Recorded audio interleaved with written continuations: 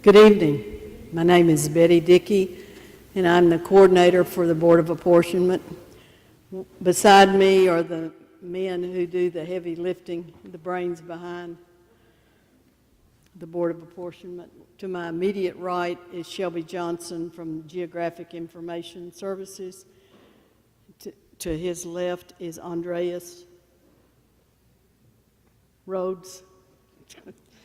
You've been gone too long. Andreas Rhodes from the governor's office.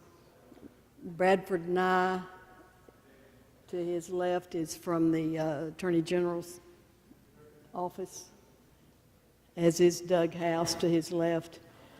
And then Josh is on the end from the Secretary of State's office. Sorry. PBS is live streaming and videoing these hearings, and we thank you for that. We appreciate your coming. The purpose of the hearings is to show you the maps and the charts that we have, to give you the information such as the criteria of how this process goes, and to answer your questions and comments. The legal basis for the criteria that you see in front of you is the Article 8 of our state constitution, the Voters' Rights Amendment of 1965 as amended, and the Equal Protection Clause of the 14th Amendment. The criteria or goals that we use, excuse me, one person, one vote of the 14th Amendment, the balancing of each of the legislative districts every 10 years after the federal census, so that they are substantially equal, which is generally plus or minus 5% deviation, unless there is an impermissible violation of other criteria. As you know, there are 100 House seats that should be, according to the predicted census results, about 30,000 people per district, and 35 Senate seats, which should be about 86,000 people per district. The second of the criteria is Section 2 of the Voters' Rights Amendment of 1965, which prohibits discrimination based on race, color, or language minority. And then the third of the criteria, the Equal Protection Clause of the 14th Amendment, limits redrawing district boundaries strictly on the basis of race. The next four of the criteria are geographic principles, such as the fourth one, compactness. The eyeball test refers to the shape of a district, round or square. In 1812, Governor Gary of Massachusetts drew the area around Boston to look like a salamander, and hence the word gerrymandering, which comes based on a different pronunciation of Governor Jerry's name. Excuse me. The fifth one is contiguous, no partial districts that are islands, so that contiguous meaning have contact with or touching or a common border. The core of existing districts, whole counties, whole cities, whole precincts is our goal. Minimizing, splitting political subdivision is what we strive to do. It may not be possible in some cases. The seventh, communities of interest that involve commonalities, economical, social, political, cultural, ethnic, or religious interest. The eighth is continuity of representation, and you ask why that incumbents are giving deference, and that is because you, the voters, elected them. So we try to avoid making incumbents run against each other. That if you looked at the maps, that very well may be impossible this time. And finally, minimizing partisanship, no targeting or giving preferential treatment based on someone's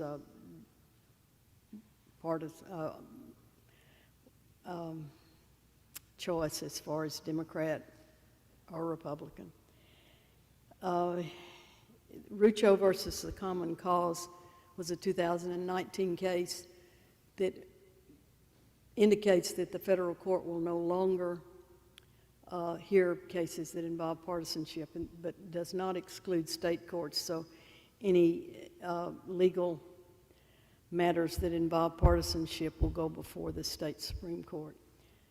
Shelby will explain the maps to you, and then we'll open it for your comments.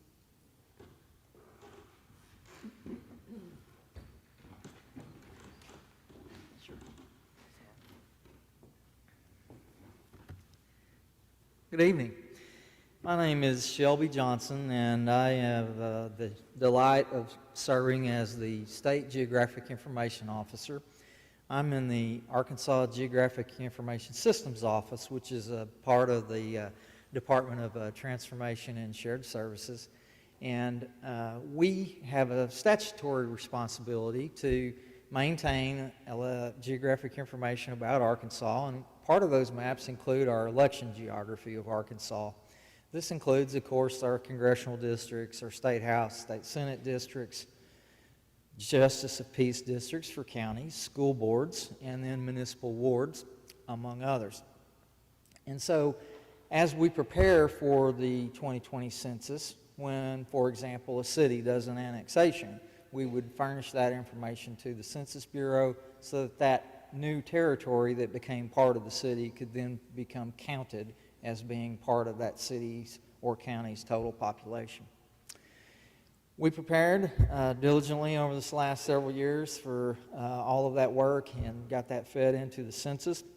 The pandemic hit, and it became a major factor, exclusive factor, in the delay of the delivery of the 2020 census data. Normally, Arkansas would receive our census data very early in the year, and in the last decade, we received that census data in February of 2011. This February, we were still waiting, and so we've waited up until Thursday of last week. We've done about 5 of these public comment hearings around Arkansas, and up until Tuesday, we were showing what was estimate data that was based on the 2019 American Community Survey data, which is a sampling data set from the Census Bureau. That sampling data set is not a complete census. It's a sample, and then it includes information such as mortality, births, and deaths that the census used to forecast. So if you had previously seen any of those maps, you can disregard those now. And the maps that we have here tonight, we first showed those in Fort Smith on Tuesday. We're pleased to be able to share them with you here tonight. These are based on the 2020 census actual data released from last Thursday. We've been diligently working since then to try to bring this information out to the public. We've been processing it as quickly as we can in partnership with our software provider. We're almost there, and the Board of Apportionment would almost be to the point where they can begin their work in earnest. I want to share with you some of our population change in Arkansas, and so I'll describe this first map that you see on the screen. The numbers that you're looking at are representative of the county's population change from April 1st, 2010 to April 1st, 2020. So when you look and you see the numbers, that is not the total population. That's how much a county's population changed. I'll ask you to pay attention to the darkest red colors. That's indicative of counties where you had the most dramatic population decline. Then the scale or the shading goes to lighter shades of red, and those lighter shades of red also indicative of a decline, but not quite as much. And then still lighter yet shades of red indicating some population decline. And then the chart blends into neutral colors, which indicate a county that had steady population. It neither dramatically declined nor dramatically lost or gained, excuse me. The color palette then shifts into hues of blue, and those shades of blue are indicative of counties that grew. So for example, Randolph County in that lower end of the scale here in northeast Arkansas, over the 10-year period grew by about 602 persons. The darker shades at Independence County, also in this region, is in that next scale, grew by 1,291. And then your very darkest shades of blue are indicative of counties in Arkansas which grew the most. Now, what this tells us is that Arkansas is tracking with the national trends.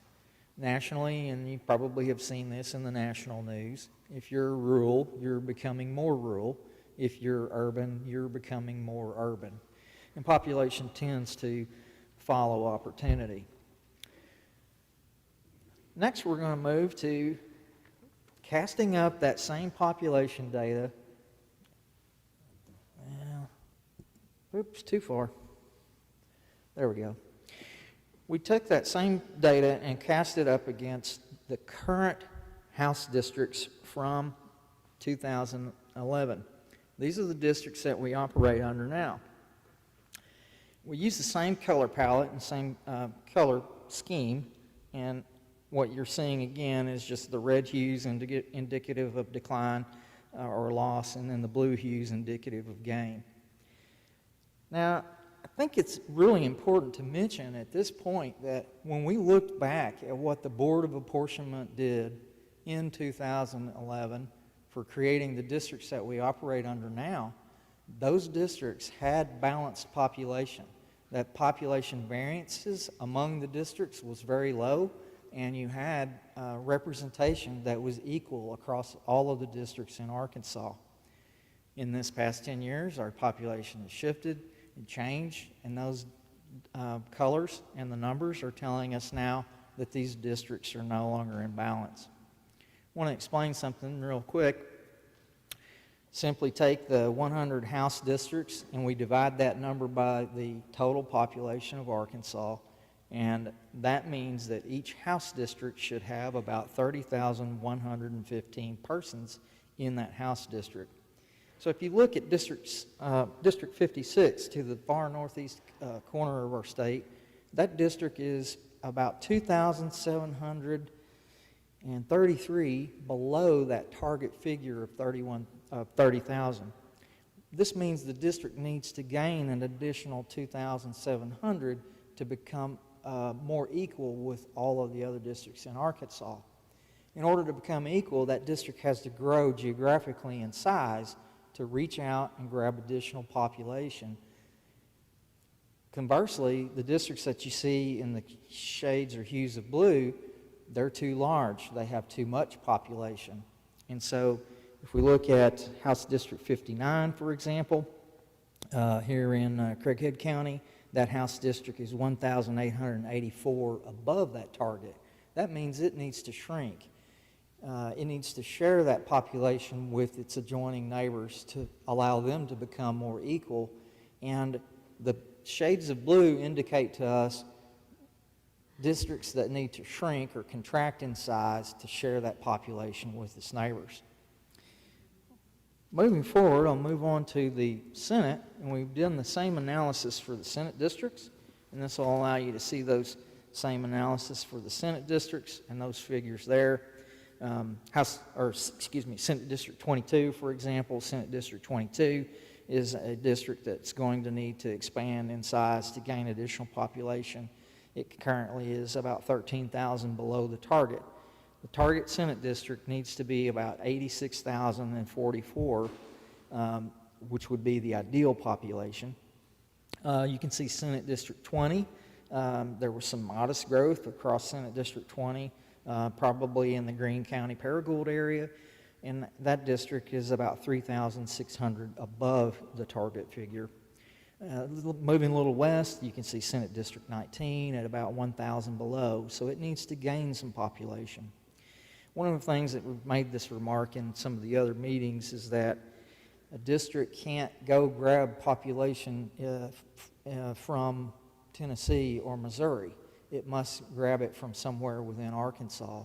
And so in the example of Senate District 22, it must grow west or it must grow south, for example, in order to become more equal with the other Senate districts in Arkansas. Well, that's a quick tour through the maps. It's a delight to be here with you in Northeast Arkansas. And I'm going to turn the microphone back over to Justice Dickey and look forward to your comments.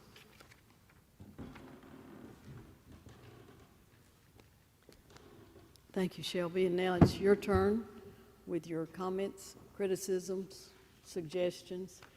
The comment sheets were by the door as you came in. There's some scattered throughout here. So we ask, even if you make a comment on the microphone in front of me, that you also send this in or give it to me tonight.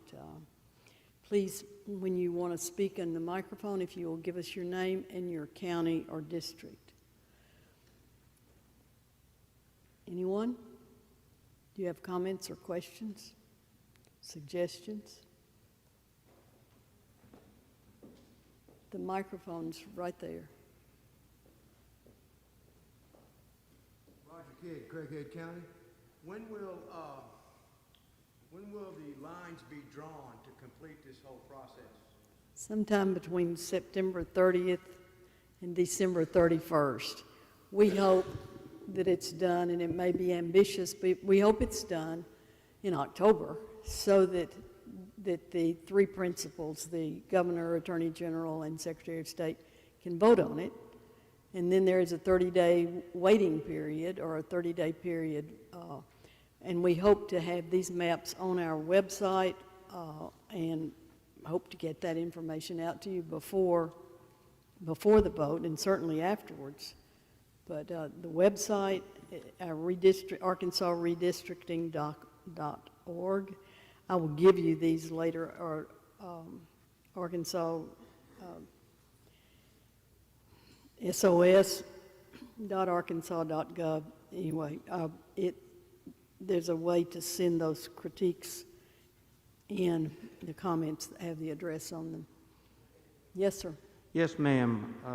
On the previous slide showing House district numbers, I didn't see District 58, and I was wondering what the status of 58 is. I'll let Shelby answer that. Yes, sir. Unfortunately, our software ran out of real estate to write all the labels, so I don't have those numbers on that slide. However, over here to your left are the exhibits, and you'll see the two very tall charts that are there, and they have the actual numbers that show the target, the variance, and the current population of the district. Thank you. Thank you. Shelby? Oh, sorry. Shelby, I had a question for you. Is that 2020 data available on the website now? The 2020 data is not yet available on our website.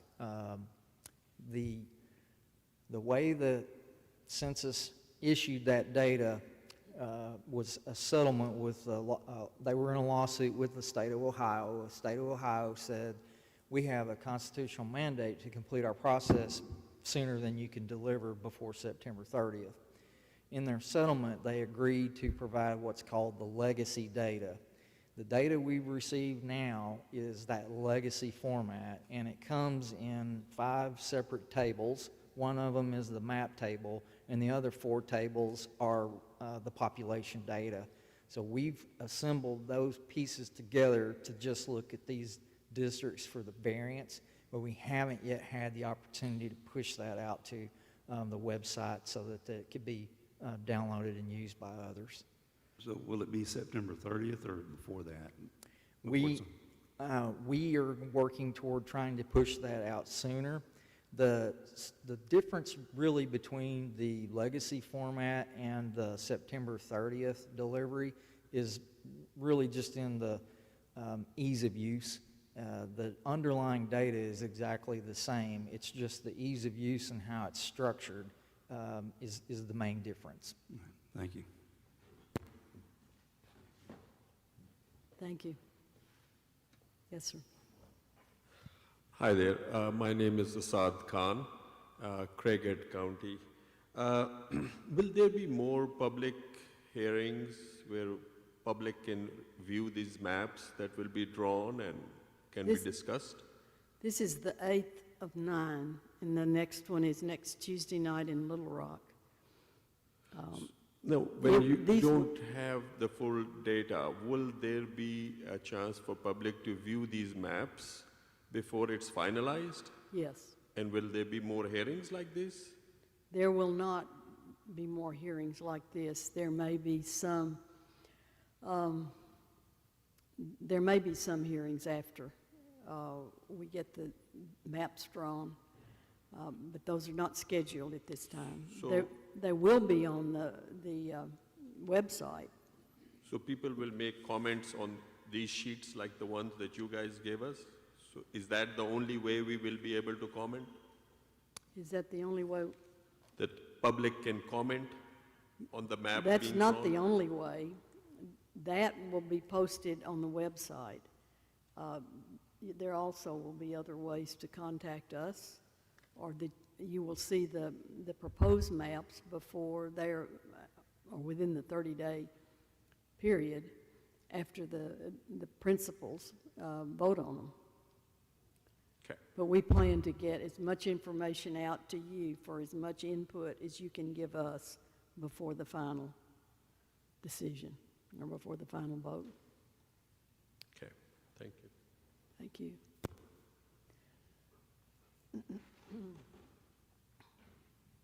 Yes, ma'am. Hi, I'm Robin Kuykendall from Craighead County, and I have a follow-up question to what Mr. Khan, Dr. Khan just asked. If you know your timeline, that you will have this data by the 30th of September, would it be prudent to now, right now, set up a schedule of hearings, public hearings, to look at those maps at the time you have them? The draft maps and that sort of thing, and to use the data that you know you're going to have in a usable form. Can we set that up now? It would be nice if we knew that we could get the maps drawn within a shorter period of time. We will schedule them if we can.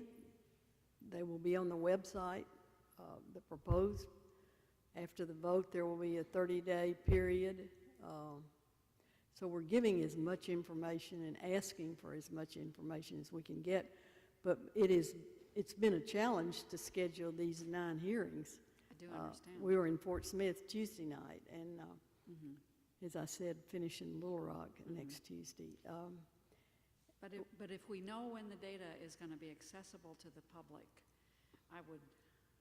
I'll hold my question open Thank to you. suggest that needs to be part of this hearing process. And that should be part of your written comment, and hopefully we can get that done.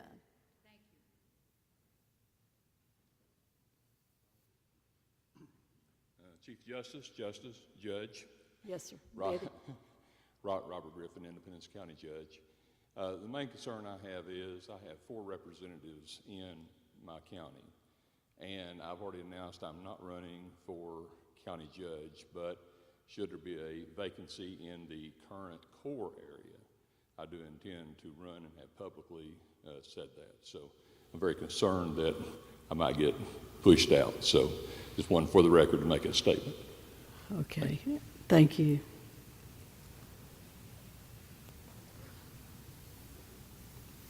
Any other comments or questions?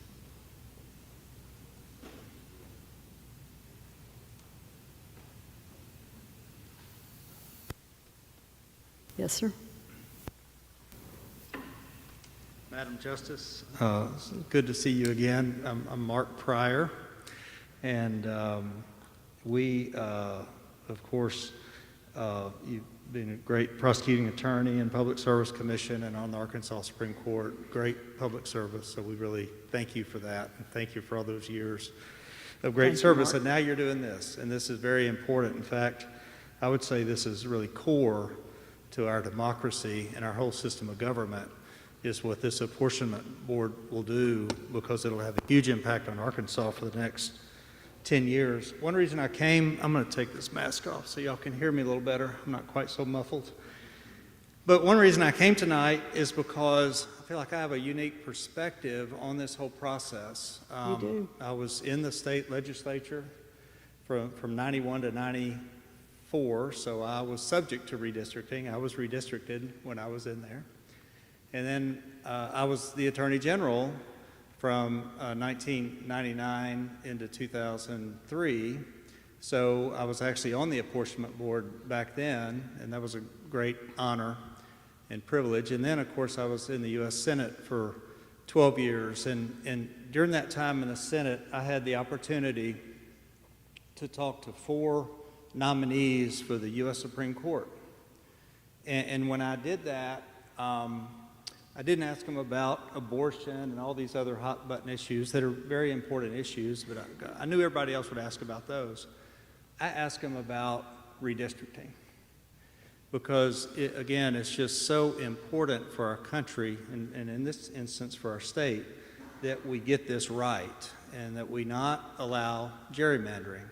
And 20 years ago, when I was on the apportionment board, it was Governor Huckabee, of course a Republican, and Sharon Priest as Secretary of State, and me, so 2 Democrats, 1 Republican. So I'm going to tell you, we got along great.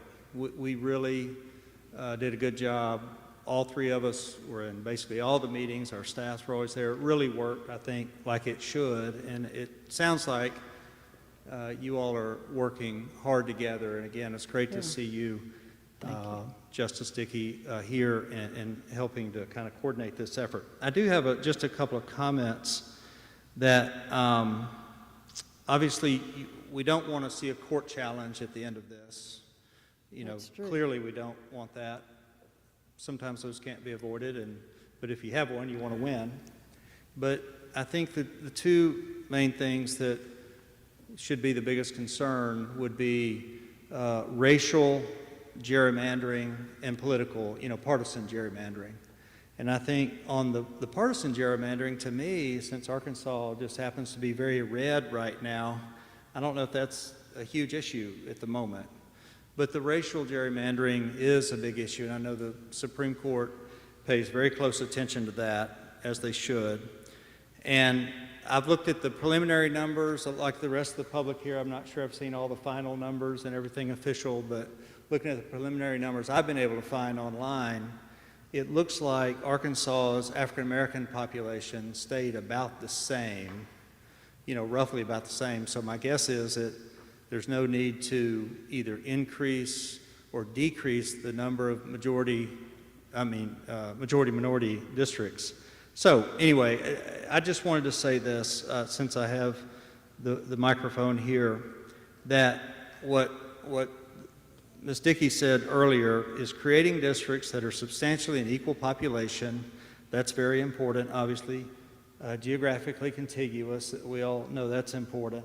And compact. And I just want to make a couple of comments on the compactness of districts. And I see the maps. Some of these are more compact than others, and it's just the way they drew them 10 years ago. But I think it's very important to avoid a court challenge and a loss in court, is that we don't have any of these kind of serpentine, or as she said, salamander type districts, these goosenecks, these crazy extensions that go out and grab a little neighborhood or a little town or something like that. I think we need to try to prevent those. But also I think it's important for compactness that people understand who their representative is, that they know that their representative is like from their community and is thinking about them.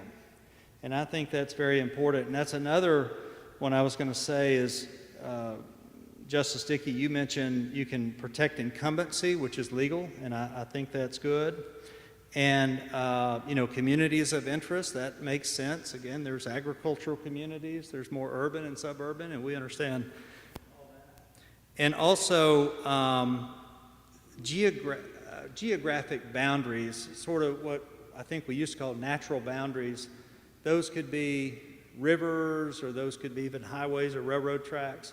But I think what we tried very hard to do 20 years ago is we tried to preserve as best we could county lines, and when we could, city limits. Of course, it's not perfect, because you've got to try to get everything down to as close to equal as possible, but we tried very hard to preserve county lines. And if you look at our map 20 years ago compared to the one 10 years ago, I think you could tell that was a priority. But I think that's what people want. They want to know that, you know, at the end of Craighead County, that's where the district ends. It just makes sense to people. And if you can possibly do that, I think that's what we want to do. And the last thing I really had to say is we understand the Apportionment Board is under tremendous pressure here. We get it. Well, I've been there myself personally, but we understand that there are people who are trying to influence these decisions for their own agendas and their own purposes. And this is, you know, in my mind, a time to really do what's right and not what's expedient. And I'm not saying this group will do what's expedient, but I just want to, you know, I want all the public to insist that, you know, we're drawing districts here for 10 years that will have a huge impact on Arkansas for the next decade. And no one, I'll say this, no one knows this community better than the people in this room, right here. We've had a great turnout tonight. This is democracy in action. The fact that you all come together and have a chance to have input in this is fantastic. I'm glad so many people came out. And I guess my last point I want to leave you with is that voters should pick their leaders. Leaders should not pick their voters. Thank you.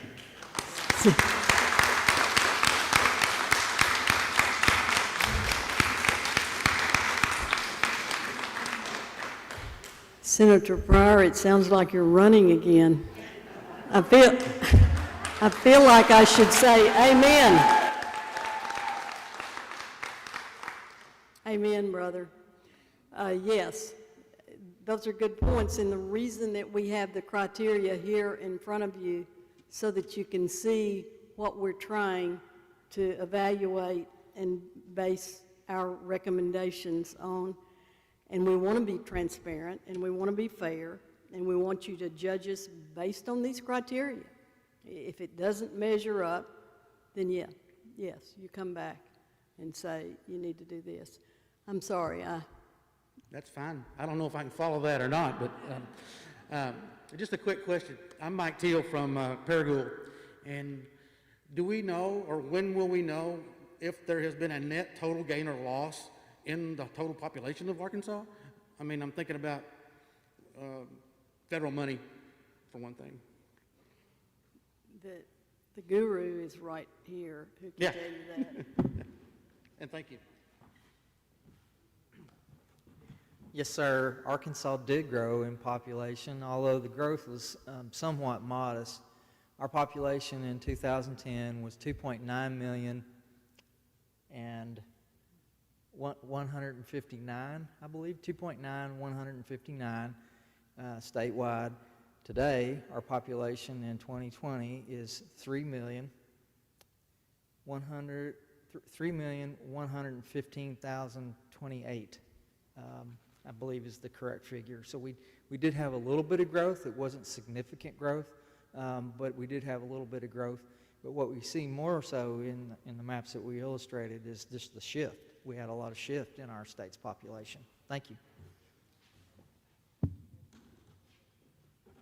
Anyone else?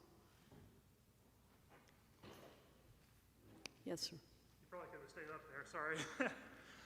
I noticed that District 1 had a particularly high increase of 50%. I'm sorry. If you'll state your name. Sure, I'm Zachariah Carlson. I also live here in Craighead. Okay. But it sort of stood alone with the 50% increase. I think the next one was 20% increase over the population target. And it's up there in a cluster of other small districts trying to spread the population. I don't know if this is more of a question you can answer. Have you started thinking about how you're going to address that challenge for that particular district as compared to the rest of the state where everybody, all the districts seem to be growing? Could you understand the question? No, okay. I don't, I'm sorry to have to ask you. Sure. I mean, my voice ain't much better without the mask, but we'll see what happens. So District 1 had the largest increase at 50% population, or 50% over the population target.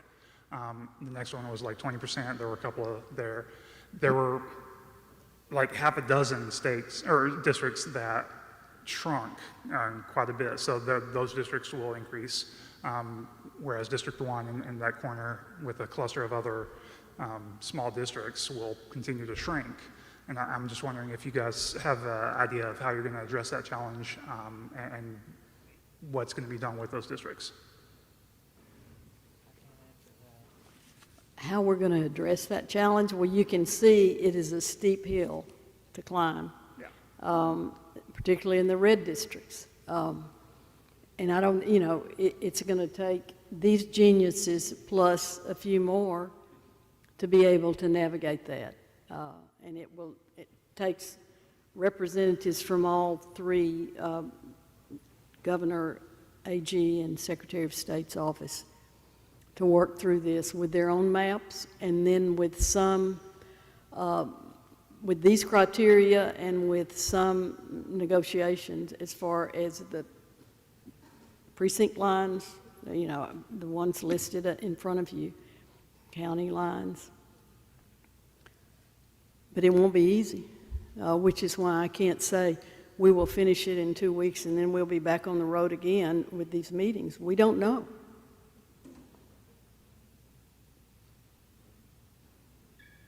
Yes, sir.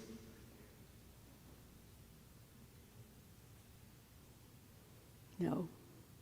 Yes, ma'am.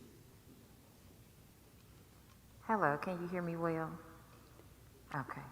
Yeah, you're, thank you. Yeah. Hi, Shanquetta Cunningham, Craighead County. As you know, Jonesboro in particular has indeed experienced a great population increase. And my concern, that increase has come with an influx of non-white individuals. And your criteria 6 and 7 really hit home, especially in my area where there's great splitting in political subdivision. So in your consideration of redrawing those lines, and as Mr. Pryor said, the majority-minority affinity, I would really hope that these districts are well represented and inclusive of these communities, especially northern areas here, eastern area, and southwest areas of our community. Thank you. Thank you. The preserving the communities of interest is a goal, but we can't put all the rural areas together because we're under the constraints of a substantially equal population for these districts. I know you understand that, but that's our one of the big challenges. The first three are the most significant challenges, are the first one, and then the second and third. But they're all important and they're all goals of ours. Anyone else? We'd appreciate if you would fill out the comments and send them in and add. I mean, it will help us as far as knowing what the problems are in your area as we work on this. Thank you for coming and for commenting. We'll be around to answer questions about the maps or anything else and take your comments. We appreciate it. This meeting's adjourned.